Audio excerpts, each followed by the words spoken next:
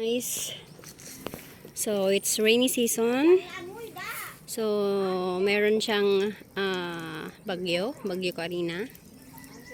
So ngayon guys, nandito tayo ngayon sa maliit na garden. So kukuha tayo ng mga mahahabang Dede? Sitaw. So, napakahabang sitaw guys. Can you imagine? Napakahaba niya. Magha-harvest tayo ng sitaw guys. Nandito tayo ngayon sa kampo. Ang haba naman ng sitaw. Grabe, napakahaba guys. Et ikaw man yung imam. Ikaw man yung imam nga doon ay kastoy mo. Ikastam, diretsum. Wow, amazing. Napakahaba ng ano guys, sitaw oh. Diretsum ah. Dadakol pa yung imam. Alangan. Bayo ay picture muna. So, ayun guys. So, ayan na ito. Babatit na nga din. Mabalin na din. Adi. Yan. Babad ko dali kasi.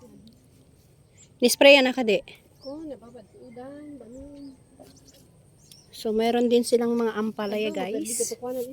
So, sa luyot, may kardis doon, may banana, saging. Yan, napakadaming ampalaya.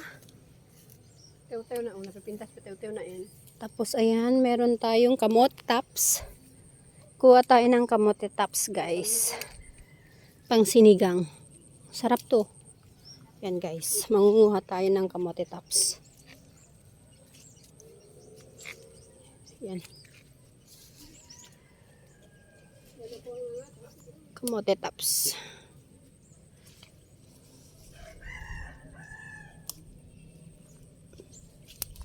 Doon na harvest mo? Yan.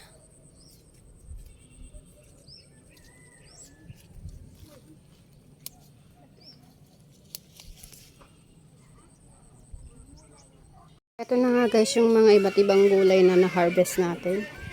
So meron tayo ditong malunggay. Ayan. So malunggay. Fresh from the farm. Tapos meron tayo ditong kamote tops. Tapos ito ang tawag namin dito is loblobbo. Tapos meron din tayong bulaklak ng kalabasa. And then syempre meron din tayong mga ampalaya. And ang ating long beans. Yan guys oh. So, ito yung mga na-harvest natin guys. Fresh from the farm. Yan.